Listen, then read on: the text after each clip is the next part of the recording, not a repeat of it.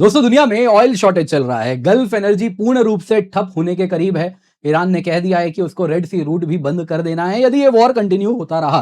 तो इस बीच में जब गल्फ एनर्जी सप्लाई खत्म है तो इसमें यूएस कह रहा है कि हम रशिया और ईरान पे वापस से उसके ऑयल पे सैंक्शन लगाने वाले हैं। सवाल यहां यह पूछा जा रहा है, दुनिया एनर्जी कहां से लाएगी? ट्रंप कहते जी हमारे पास बहुत तेल है, हमसे तेल ले लो, दुनिया के टैंकर्स हमारी ओर जा रहे हैं। तो यहां पे क्या कारण है? आखिरकार यूएस ऐसा स्टेप क्यों ले रहा है? शॉर्ट टर्म यदि आप देखें तो आपको लगेगा कि ये यूएस की चाल है जिससे वो दुनिया को एनर्जी बेचना चाह रहा है, लेकिन वास्तविकता कुछ और है। दोस्तों यहां पे यूएस का एक बहुत बड़ा गेम है। ये कंट्रोल्ड केओस क्यों किया जा रहा है उसको हम जानेंगे। साथ ही साथ एक बार जरा जानेंगे कि ये जो सैंक्शंस यूएस लगाने जा रहा है ये ऐसा है कि दुनिया इससे कंप्लाई ही नहीं करेगी। संभावना है कि दुनिया इसे डिफाई करने वाली है। कारण बड़ा सरल है, एनर्जी दोस्तों कोई साधारण कमोडिटी नहीं है। ये रिजीम, कोई भी सरकार के लिए उसकी सर्वाइवेबिलिटी ऑयल पर निर्भर करती है, मिलिट्री कैपेबिलिटीज ऑयल पर निर्भर करती है, इंडस्ट्रियल प्रोडक्शन इसी ऑयल पर निर्भर करता है, कंज्यूमर्स के लिए इन्फ्लेशन इसी ऑयल से कंट्रोल होता है। और वो किसी भी हाल में कोई भी सरकार अपने सर्वाइवल को यूएस को खुश रखने के ऊपर नहीं रख सकती। तो यहां पे दोस्तों इसको हम जरा जॉन मियरशाइमर साहब के लेंस से देखेंगे, ऑफेंसिव रियलिज्म की दुनिया से, क्यों ये कहीं से भी पालन इसका नहीं होने वाला। अब देख सकते हैं यहां पे बहुत ज्यादा इस पे चर्चा हो रही है कि यूएस ने वापस से एग्जेम्पशन जो दिया था ईरान और रशिया को वो हटाने वाला है। इंडिया ऑलरेडी दोस्तों इस प्रकार के सैंक्शंस का पालन नहीं करता है, तो हम वही करेंगे। लेकिन इस बार दुनिया में और भी प्लेयर्स हैं जो इसको करने के लिए मजबूर होने वाले हैं। आप देख सकते हैं हमने ईरानियन ऑयल भी लेना स्टार्ट कर दिया है, तो यहां पे हमारे लिए स्टेक्स भी बढ़ रहे हैं। वहीं अगर आप देखें तो रशिया भी कह रहा है कि हम यहां पे मदद करेंगे। चाइना को भी बोला है, इंडिया को भी बोला है कि आपको जो एनर्जी सप्लाई चाहिए वो हम देते रहेंगे। तो यहां पे लेकिन दोस्तों सवाल पूछा जा रहा है, चाइना के लिए भी समस्याएं बढ़ रही हैं क्योंकि वो एनर्जी पर निर्भर करता है। ईरान वॉर से यूएस आज नेट क्रूड एक्सपोर्टर के करीब आ चुका है। यहां पे दोस्तों लेकिन सवाल बड़ा क्लियर है, आप कितना ही ऑयल प्रोडक्शन क्यों ना कर लीजिए, आप गल्फ ऑयल को कॉम्पीट नहीं कर सकते। आप देख सकते हैं दोस्तों पूर्ण रूप से यहां पे जो एक नया वर्ल्ड ऑर्डर है उस तरफ दुनिया बढ़ रही है। और आज जब ट्रंप इस प्रकार के सैंक्शंस की बात कर रहे हैं तो कहीं ना कहीं वो दुनिया को धकेल रहे हैं उस नए वर्ल्ड ऑर्डर की तरफ। तो आपके लिए आज एक बड़ा डिटेल्ड एनालिसिस इस वीडियो में हम लेकर के आए हैं। लेकिन इससे पहले आगे बढ़े आप सभी को बताना चाहूंगा, इस दोस्तों 19 अप्रैल को आपके लिए हम लेकर के आए हैं Unacademy all India prelims mock test. वो सभी विद्यार्थी जो कि सीरियसली यूपीएससी की तैयारी कर रहे हैं, स्टेट पीएससी की तैयारी कर रहे हैं, अन्य एसएससी से लेकर अन्य एग्जाम की तैयारी कर रहे हैं, तो सुनहरा मौका है आपके लिए कि आप अपने आप को टेस्ट कर सकते हैं। बिल्कुल फ्री ऑफ कॉस्ट है, पिंड कमेंट में लिंक है। जैसे ही आप ये ऑल इंडिया यूपीएससी का मॉक टेस्ट देंगे आपको आपका ऑल इंडिया रैंक पता चलेगा, पोस्ट टेस्ट एनालिसिस मिलती है एक्सपर्ट्स के द्वारा, फ्री मेंटरशिप सेशंस भी होते हैं, बोथ इंग्लिश हिंदी दोनों में ही एग्जाम अवेलेबल है और टॉप एजुकेटर्स के द्वारा यूपीएससी पैटर्न को ध्यान में रखते हुए पेपर बनाया गया है। तो आप सभी से निवेदन है जल्दी से जाके रजिस्टर कर लें, एब्सोल्युटली फ्री ऑफ कॉस्ट है। सभी विद्यार्थियों के लिए जरूरी अनाउंसमेंट है, सभी आपके मित्रगण उन सभी के साथ ये शेयर कर दें, पिंड कमेंट में जो लिंक है वो भी अवश्य शेयर कर लें ताकि आप सभी हमारे साथ जुड़ सकें इस 19 अप्रैल को। बाकी इस वीडियो को लाइक करें, चैनल सब्सक्राइब करें, बेल आइकन अवश्य दबा दें। तो दोस्तों ट्रंप का नया अल्टीमेटम आ गया है, जो भी रशियन ऑयल ले रहा है उस पे सैंक्शंस लगेगा, ईरानियन ऑयल ले रहे हैं आप पे सैंक्शन लगेगा, यदि आपके पास ईरानियन पैसा आपके बैंक में है तो आपके बैंक पे भी सैंक्शन लगेगा। जी हां, ट्रेजरी सेक्रेटरी स्कॉट बेसेंट ने कहा कि हम जो रशियन और ईरानियन ऑयल को जनरल लाइसेंस दिए थे वो रिन्यू नहीं करने वाले। ये उस ऑयल के लिए था जो ऑलरेडी समुद्र में आ चुका था और उसको आप इस्तेमाल कर सकते थे, अब वो तेल खत्म हो चुका है। सवाल यही पूछा जा रहा है साहब, मार्च में और अब तक में क्या अंतर हो गया? क्या दुनिया में अचानक से एनर्जी सप्लाई बढ़ गई है? कतई नहीं, एनर्जी की तो शॉर्टेज बढ़ी है और शॉर्टेज बढ़ती हुई भी दिख रही है। तो यहां पे ये जो पॉलिसी आ रही है ये ग्राउंड रियलिटीज को कहीं से भी रिफ्लेक्ट करती हुई नहीं दिख रही। साइमल्टेनियसली डोनाल्ड ट्रंप ने कह दिया है, चाइना के ऊपर दबाव बनाते हुए कह दिया कि हम उम्मीद करते हैं ईरानियन ऑयल आप लेना बंद कर चुके हैं क्योंकि आप पे भी सैंक्शंस लगने वाले हैं। यहां पे दोस्तों यूएस का एक ऑयल गेम होता हुआ दिख रहा है। आज यूएस वर्ल्ड का लार्जेस्ट ऑयल प्रोड्यूसर है और ये दोस्तों आप देख सकते हैं शेल रिवॉल्यूशन जब से हुआ है यूएस में तब से ही इसका ऑयल प्रोडक्शन इस प्रकार से बूम पे आ चुका है और दुनिया का करीबन 15% ऑयल यूएस प्रोड्यूस करता है। आज ये नेट एक्सपोर्टर है पेट्रोलियम प्रोडक्ट्स का। पेट्रोलियम प्रोडक्ट्स की बात हो रही है, क्रूड ऑयल की नहीं। पेट्रोलियम प्रोडक्ट्स यानी पेट्रोल हो गया, डीजल हो गया, केरोसिन हो गया, वो सारी चीजें, और हम भी नेट एक्सपोर्टर हैं पेट्रोलियम प्रोडक्ट्स के। तो यहां पे दोस्तों जैसे ही ऑयल प्राइसेस बढ़ रहे हैं तो पर बैरल यूएस क्योंकि सबसे बड़ा प्रोड्यूसर है तो उसका रेवेन्यू भी बढ़ रहा है and at the same time shale oil production बढ़ रहा है। दोस्तों यहां पे गल्फ ऑयल जब दुनिया से काट दिया गया है उस वक्त एशियन और यूरोपियन बायर्स ऑल्टरनेटिव्स की तलाश में है। वो कहां से तेल लें, उनके पास ऑप्शन ही नहीं है। ऑप्शन वही है यूएस क्रूड ऑयल लीजिए और वैसे ही एलएनजी लेना है तो यूएस एलएनजी लीजिए, कहां से लीजिएगा आप? और इसी के बदौलत वो बाहें भी मरोड़ रहा है। यूरोप को यूएस ने कहा है कि हमारे सपोर्ट करो वरना एलएनजी देना भी बंद कर देंगे। तो इस तरीके से दोस्तों यूएस एक तरफ मार्केट शेयर पा रहा है, दूसरे तरफ यही यूएस बाकी कॉम्पिटिटर्स को मार्केट से हटा रहा है। ये एक क्लासिक फोर्स्ड सब्स्टिट्यूशन यूएस करवा रहा है। इसमें अगर आप देखें तो गल्फ प्रोड्यूसर्स जो कि कन्वेंशनल ऑयल प्रोड्यूस करते हैं, यूएस शेल ऑयल प्रोड्यूस करता है। शेल ऑयल की खासियत क्या होती है ना, इसका प्रोडक्शन रैंप अप करना, आप जो रिग ड्रिल कर रहे हैं और उससे जो आपको प्रोडक्शन तक पहुंचना है, एक्सप्लोरेशन से लेकर प्रोडक्शन तक, ये महीनों में होता है।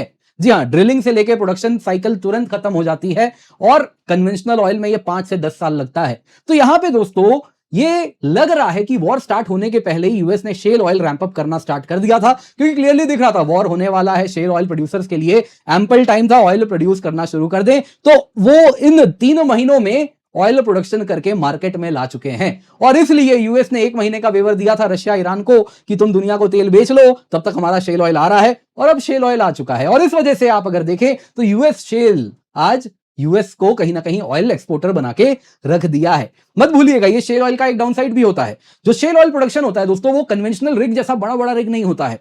वो अगर आप देखें तो एक पूरे के पूरे फील्ड में जैसे फैक्ट्री हो उस प्रकार के छोटे छोटे रिग्स लगे होते हैं और जितना आपको प्रोडक्शन बढ़ाना है उतना ज्यादा उस प्रकार का रिग लगा दीजिए, उतना ज्यादा प्रोडक्शन होगा। कन्वेंशनल रिग में क्या होता है, एक सिंगल रिग होता है, वही ऑयल प्रोडक्शन कर रहा है और उससे ऑयल निकल रहा है। यहां वैसा नहीं होता, लेकिन डाउन साइड है, ये जो ऑयल प्रोडक्शन होता है शेल का, ये 70% तक डिक्लाइन कर जाता है बस 1 साल में। बहुत तेजी से डाउन भी होता है और तेजी से इसको आप निकाल भी सकते हैं। तो बड़ा प्राइस सेंसिटिव है, इसलिए इसको अगर आप देखें तो स्विंग प्रोड्यूसर भी कहते हैं कि तुरंत का तुरंत तराजू का वजन बदल सकता है ये शेल ऑयल। दोस्तों यहां पे यूएस इससे क्या खेल खेल रहा है आप जरा समझिए। तेल की कीमत बढ़ती है तो ही शेल ऑयल कहीं ना कहीं आप देखें तो ब्रेक इवन कर पाता है। $60 से $70 पर बैरल जब ऑयल की कीमत होती है तो ही शेल ऑयल वाइबल होता है, क्योंकि जितनी बार आप प्रोड्यूस करना चाह रहे हैं उतने बार वो छोटे छोटे रिग आप लगा रहे हैं। दूसरी तरफ दोस्तों इससे यूएस को गेन क्या हो रहा है कि जो रशिया, ईरान, वेनेजुएला, इन सबको डॉलर के बाहर जो कि तेल बेचा करते थे, इन सबको निकाल दिया गया है। ऑयल डॉलर डोमिनेटेड हो रहा है, प्राइसेस बढ़ रहे हैं, तो डॉलर के लिए डिमांड दुनिया में बढ़ रही है। यूएस दोस्तों आज दुनिया के लिए लास्ट रिजॉर्ट सप्लायर बना है, जिससे उससे बार्गेनिंग पावर मिल रहा है। दुनिया में और कोई ऑयल प्रोड्यूसर नहीं है, बस यूएस है, जिससे वो नेटो अलाइज को साफ साफ कहेगा ऑयल चाहिए तो जल्दी से लाइन पे आ जाओ। एशियन इंपोर्टर्स चाइना को आंख दिखाएगा, तुम्हारे लिए तो ऑयल बड़ा इंपॉर्टेंट है, ऑयल तो हम दिलवाएंगे तुम्हें, लेकिन हमारी बात मानो। दोस्तों यहां पे इसका एक ये जो पूरी की पूरी थ्योरी है, इसमें सबसे बड़ा शॉर्टकमिंग ही यही है कि ये शॉर्ट टर्म है। ये सिनेरियो तभी काम करेगा जब ये स्टेटस को बना रहे, यानी कि ईरान बाकी गल्फ ऑयल सप्लायर्स को ना काटे। यदि उसने गल्फ ऑयल सप्लायर्स को भी बंद कर दिया, रेड सी रूट बंद कर दिया, बाबल मंडप बंद कर दिया, इजराइल अगर आप देखें तो जितने सऊदी से लेके इराक से लेके सबका ऑयल मार्केट में पहुंचना बंद हो गया, तो ये गैप बहुत बड़ा हो जाएगा। यदि वॉर इंटेंसिफाई हुआ तो ईरान ने कायम यही करने भी वाले हैं। तो आप तब का कहीं ना कहीं कैलकुलेशन सोचिए क्या होगा। क्या यूएस रशिया और गल्फ को कहीं से भी रिप्लेस कर पाएगा? रशिया दोस्तों 60 से 8 million barrel per day export करता है। प्रोडक्शन की बात नहीं, एक्सपोर्ट की बात हो रही है। गल्फ कंट्रीज में सऊदी, यूएई, इराक, कुवैत अगर आप देखें तो ये 20 मिलियन बैरल्स पर डे से अधिक एक्सपोर्ट करते हैं। टोटल 28 से 30 मिलियन बैरल पर डे का इनका एक्सपोर्ट्स है। यूएस प्रोडक्शन कितना है? 13 से 14 million barrel per day. US consumption कितना है? 20 मिलियन बैरल पर डे। अब कितना भी आप शेल ऑयल बूम कर लीजिए, एट मैक्स आप कितना ही सरप्लस एक्सपोर्ट कर पाइएगा?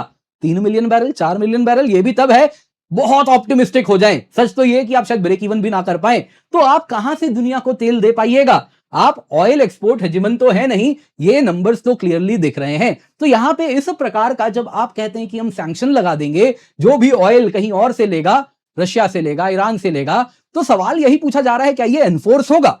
अब दोस्तों यहां पे ना हम जरा लाते हैं जॉन मीयरशाइमर साहब के ऑफेंसिव रियलिज्म के लेंस को। दोस्तों दरअसल इंटरनेशनल रिलेशंस में 3 डोमिनेंट स्कूल ऑफ थॉट हैं। एक होता है आइडियलिज्म, वो कहता है जी इंटरनेशनल लॉ सब कुछ देख लेगा, यूएन देखो कितनी अच्छी संस्था है, सब कुछ उससे सॉल्व हो जाता है। दूसरा है लिबरलिज्म, डेमोक्रेसीज आपस में नहीं लड़ते, जितना ज्यादा एक दूसरे से ट्रेड इंटरलिंकेज है उतनी कम संभावना है एक दूसरे के साथ लड़ने की। फ्रांसिस फुकुयामा याद होगा आपको, इनका नाम आपने सुना होगा कि अब तो दुनिया में डेमोक्रेसी का राज है, अब दोबारा युद्ध नहीं होगा, बस एक ही दुनिया में शक्ति यूएस रहेगा। तो इस प्रकार का थॉट था। लेकिन आज के समय में जिसको सबसे ज्यादा करेंसी दिया जाता है वो है स्कूल ऑफ रियलिज्म।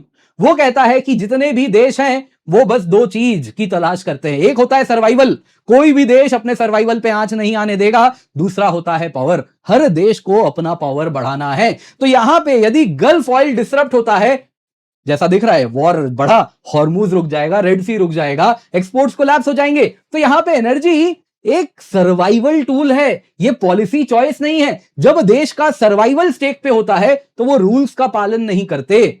यहां पे ऑयल दोस्तों क्योंकि एक कमोडिटी नहीं है, ये इकोनॉमिक सर्वाइवल के लिए इंपॉर्टेंट है, ये आपकी मिलिट्री कैपेबिलिटी के लिए इंपॉर्टेंट है, ये रिजीम की स्टेबिलिटी के लिए इंपॉर्टेंट है। यानी कि जब आप ऑयल हटा देते हैं किसी देश से तो वो सिस्टम अंडर स्ट्रेस आ जाता है, रूल्स कोलैप्स करते हैं, तो ऐसे में कोई देश सैंक्शंस को एनफोर्स नहीं करेगा। सैंक्शंस एग्जिस्ट भी करेंगे तो देश को इंसेंटिव है कि उसका पालन ना करे, क्योंकि उसकी रिजीम कहीं ना कहीं उसकी स्टेबिलिटी पे खतरा हो जाएगा। अन्य देश जो सैंक्शंस कंप्लाई करते हैं तो वो देखेंगे कि अच्छा हमारे तो ज्यादा चांस है, हम इसको कंप्लाई नहीं करते, सैंक्शंस नहीं मानते हैं, और इस तरीके से हमें सस्ता तेल भी मिल जा रहा है। क्योंकि सैंक्शन ऑयल क्या हो जाएगा, जैसे ही इसमें सैंक्शन लगेगा तो चीपर हो जाएगा, अवेलेबल हो जाएगा, पॉलिटिकली नेगोशिएबल हो जाएगा। तो इस तरीके से देश क्या करेंगे, लोकल करेंसीज पे शिफ्ट कर जाएंगे, बार्टर अरेंजमेंट करेंगे, नॉन वेस्टर्न बैंकिंग चैनल उसका पालन करेंगे और उससे सैंक्शनड ऑयल लेने लगेंगे। अब दोस्तों यहां पे सोचने वाली बात यह है कि कोई भी सिस्टम अगर आप लगा रहे हैं सैंक्शन वगैरह, तो सिस्टम तभी काम करता है जब उसमें पनिशमेंट के साथ साथ इंसेंटिव हो। सैंक्शंस लगा देना पनिशमेंट है कि अगर तुम यूएस इंटरेस्ट का पालन नहीं करोगे तो हम तुम्हारे ऊपर पनिशमेंट लगाएंगे, जो कि सैंक्शंस है। सवाल सामने वाला पूछेगा, ठीक है मैं ऑयल नहीं लेता हूं रशिया से, ईरान से, और सऊदी का तेल बंद है, इराक का तेल बंद है, चलो मैं नहीं लेता हूं, मैं आप जो कहेंगे वो करूंगा, लेकिन बदले में मुझे क्या दोगे जो मैं इतना पेन सहूं? अगर मैं इतना पेन सह रहा हूं तो यूएस को कुछ इंसेंटिव तो देना पड़ेगा। अब यूएस के पास तेल तो है नहीं कि वो दे पाएगा, और डेफिनेटली चीप ऑयल तो बिल्कुल भी नहीं है, लार्ज स्केल सब्स्टिट्यूट ऑयल नहीं है, तो वो क्या इंसेंटिव्स दे सकता है? वो यही इंसेंटिव्स देगा कि चलिए जी आपको सिक्योरिटी गारंटी देते हैं। नेटो का क्या हश्र बना के रखा है यूएसए ने, सबसे बड़ी सिक्योरिटी गारंटी है, आप सब जानते हैं, तो वो भी कोई इंसेंटिव नहीं है। दूसरा क्या हो सकता है, market access and trade benefit देंगे, जो भी इसका पालन करेगा उसके ऊपर टैरिफ नहीं लगेगा, बाकी सब पे टैरिफ लगा देंगे। तो ये जो पर्थ है ये तो यूएस सुप्रीम कोर्ट ने पहले ही महाशय के कतर दिए हैं। तीसरा क्या है, पॉलिटिकल सपोर्ट करेंगे, डिप्लोमेटिक सपोर्ट करेंगे, तुम कुछ भी करो यूएन में तुम्हारे साथ खड़े हो जाएंगे। यूएन का क्या हश्र है आपने देख लिया, आईएमएफ से लोन दिलवा देंगे, वर्ल्ड बैंक से लोन दिलवा देंगे, दिलवा दो। इस प्रकार के इंसेंटिव से पाकिस्तान जैसे देश दुम हिलाते हुए तुम्हारी मदद में खड़े होंगे, और कोई मिडिल पावर तो नहीं आने वाला, वो 2 million 200 million 400 million 2 billion 3 billion उसके लिए वो ये चीज तो नहीं करेंगे। तो यहां पे यूएस के पास है क्या, अगर आप देखें तो एक ही है कि वो फाइनेंशियल सिस्टम से एक्सेस काट देगा। रशिया को जैसे स्विफ्ट से निकाल दिया वैसे ही आपके साथ हश्र करेगा। लेकिन ये थ्रेट तभी काम करता है जब आप रशियन ऑयल लेके आउटलायर बन रहे हो, दुनिया में बाकी कोई ना ले रहा हो, बस आप ले रहे हो, तो आपको ये धमकी दे सकते हैं। लेकिन जो गैप है, जैसा आपने देखा यहां पे कि यूएस हार्डली अगर आप देखें तो 30 मिलियन बैरल पर डे का गैप उसे भरना है, वो at max 2 million barrel per day export कर सकता है। 28 मिलियन बैरल पर डे दुनिया का production 100 million barrel per day है, उसका 30% का गैप भरने की हैसियत किसी की नहीं है। तो दुनिया ऑयल के लिए मारी मारी फिरेगी, यानी कि दुनिया क्या करेगी, सब के सब जाएंगे सैंक्शंस को कहीं ना कहीं उसका पालन नहीं करेंगे, और वो सभी के सभी क्या कहेंगे कि जी तुमको काटना है सिस्टम से काट दो, हम सब अपना नया सिस्टम बना लेंगे। स्टार्टिंग में यही होगा दोस्तों, अगर वो ज्यादा पुश करेंगे तो वो लोग अपना बार्टर ट्रेड करेंगे, रूबल सिस्टम होगा या डोमेस्टिक करेंसी होगा, और एट मैक्स अपना डिजिटल बैंक बन जाएगा जिसमें डायरेक्ट करेंसी एक्सचेंज होनी शुरू हो जाएगी, नया फाइनेंशियल सिस्टम बन जाएगा, जो यूएस वर्ल्ड ऑर्डर है उसका पतन शुरू हो जाएगा। तो यहां पे दोस्तों यूएस आखिरकार चाह क्या रहा है? दोस्तों यूएस की जो स्ट्रैटेजी है ये कंट्रोल्ड केओस स्ट्रैटेजी है, जिसमें वो इंस्टेबिलिटी दुनिया में बना रहा है, ब्लॉकेड लगाना, सैंक्शन लगाना, ऑयल प्राइस बढ़ना, सप्लाई चेन तोड़ना, अनसर्टेनिटी बढ़ना। दोस्तों ये सब इंजीनियर्ड है, ये नेचुरली नहीं हो रहा है, ये यूएस प्लान करके कर रहा है। कारण इसके पीछे क्या है, भले ये बड़ा रिस्की लगता है, लेकिन यूएस को दिख रहा है कि ये जो वॉर हो रहा है, वॉर बाय अदर मींस, इसमें वो स्ट्रक्चरली बेटर पोजीशनड है केओस को एब्जॉर्ब करने के लिए, क्योंकि वो एनर्जी सेल्फ सफिशिएंट है। दुनिया को पेन होगा, यूएस अपना कहीं ना कहीं कुछ कुछ गुजारा कर लेगा, उसके पास तेल है, थोड़ा ही गैप है भरने के लिए, फाइनेंशियल सिस्टम मोस्ट डोमिनेंट है, डॉलर में को सबको चाहिए, वैसे ही मिलिट्री रीच ग्लोबल है, चाइना की नहीं है। आपने देखा वो हॉर्मुज में आके यूएस नेवी बैठी है, चाइना कुछ नहीं कर पा रहा क्योंकि उसके पास वो नेवल कैपेबिलिटी ही नहीं है। तो इसलिए वो देख रहा है कि मैं कैसा भी शॉक एब्जॉर्ब कर लूंगा, लेकिन बाकी नहीं कर सकते, तो इसलिए वो इस वक्त अलाइनमेंट करवा रहा है थ्रू पेन। जितने भी देश हैं जो न्यूट्रलिटी का पालन कर रहे हैं, यूरोपियंस वगैरह, उनको क्लियरली कहेगा न्यूट्रल हो तो तेल नहीं मिलेगा। तुमको तेल चाहिए, यूएस से चाहिए, गयाना से चाहिए, अन्य वेनेजुएला से चाहिए। हमारे अन्य दोस्त हैं जो कि तुम्हें तेल देंगे, लेकिन तब देंगे जब मैं कहूंगा, और वो तब होगा जब तुम हॉर्मूज में शिप भेजो। तो ये बात करवाई जा रही है। यूएस दोस्तों एनर्जी शॉर्टेज के लिए एक तरफ ब्लैकमेल कर रहा है। तो ये एक नया ब्लैकमेल जो टैरिफ की दुनिया में किया जा रहा था, कुछ नए तरीके से किया जा रहा है। दोस्तों इससे शॉर्ट टर्म बेनिफिट भी है।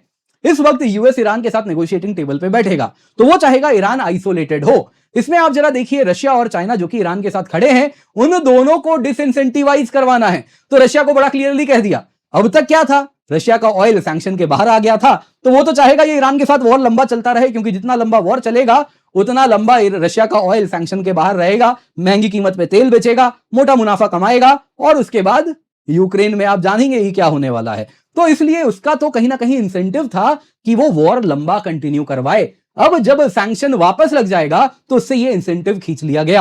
हो सकता है फ्यूचर प्रॉमिस भी किया हो, वापस हटा देंगे तुम्हारे ऊपर से सैंक्शन यदि तुम हमारी मदद करो, ईरान को टेबल पे लाओ। दूसरी तरफ चाइना को भी बताना कि देखो भाई, तुम ईरान को सपोर्ट कर रहे हो, बंद करो, क्योंकि तुम्हारे लिए जो एनर्जी सप्लाई है वो पूरी बंद कर देंगे। सऊदी का ईरान तेल काट देगा, और बाकी ईरान का हम बंद कर दिए हैं, और बाकी जो हमारे रिंग में है जितने भी ऑयल प्रोड्यूसर्स हैं, उन सबसे तुमको तेल जो ले रहे हो वो हम देना बंद कर देंगे। अकेला रशिया के तेल से कितना कुछ कर लोगे। तो एंड ऑफ द डे दोस्तों यहां पे चाइना को भी बताया जा रहा है कि fall in line.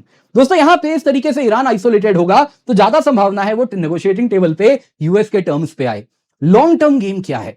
Long term game अगर आप देखें तो यूएस नॉन डॉलर नेटवर्क खत्म करना चाह रहा है। रशिया, ईरान, चाइना, वेनेजुएला, ये सब जो अब तक नॉन डॉलर में ऑयल बेच रहे थे वो नेक्सस खत्म कर रहा है। एक नई हायरार्की बना रहा है कि दुनिया में जिसको भी तेल चाहिए वो यूएस के सिस्टम से गुजरेगा, वो यूएस डॉलर का ही पालन करेगा, और इस तरीके से यूएस सिस्टम चलता रहेगा। क्योंकि end of the day 40 trillion का डेट है, ये डेट बबल फटेगा यदि दुनिया डॉलर लेना बंद कर दे, यूएस गवर्नमेंट सिक्योरिटीज लेना बंद कर दे, तो यूएस के लिए समस्या बढ़ जाएगी। तो दुनिया को तेल चाहिए तो वापस उसी डॉलर पे यूएस एक बार वापस अपनी पकड़ बना रहा है कुछ इस तरीके से।